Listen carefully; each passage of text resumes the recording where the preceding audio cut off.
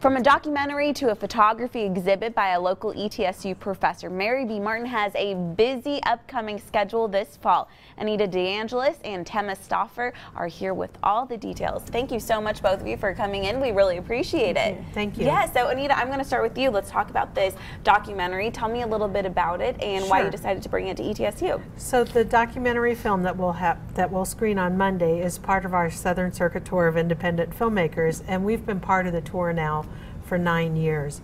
But this particular film is a film called Man-Made. One of the things that's so great about this film series is that the filmmaker comes with the film. Oh, wow. And so we get to ask additional questions. So the filmmaker's name is T. Cooper, and he'll be here as well. But this particular film was made in Atlanta, and it's about 4 people who are transitioning to become men. And so the topic is a little bit difficult. However, I have to say that I was really taken by this film because it really talks about the emotional side of transitioning and also what happens with family and friend interactions.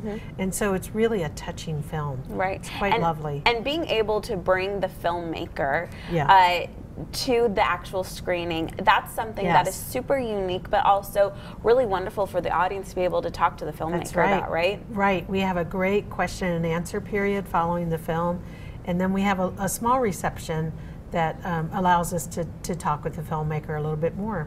That sounds wonderful. And so, transitioning from the documentary to the photo exhibit, Tema, you are actually the person behind this photography exhibit that will be shown. Tell me a little bit about it. Okay, so I published a book of photography this fall with Daylight Books. There are 33 images in the book, and I'll be exhibiting 25 of those images as large-scale prints at the Reese Museum. The exhibit opens on Monday, October 22nd, and it runs through December 14th. And there are 3 events in conjunction with the show. The first event is on October 24th, Wednesday at 5 o'clock, with a novelist based in Athens, Georgia, named Jeanette Aliu, who wrote the foreword to my book, and she'll be giving a reading of the foreword as well as selections from her novel Brass.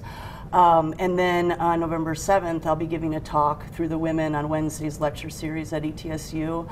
And on November 29th, there's a reception for the show with a photo historian who wrote the other essay in the book. Her name is Allison Nordstrom.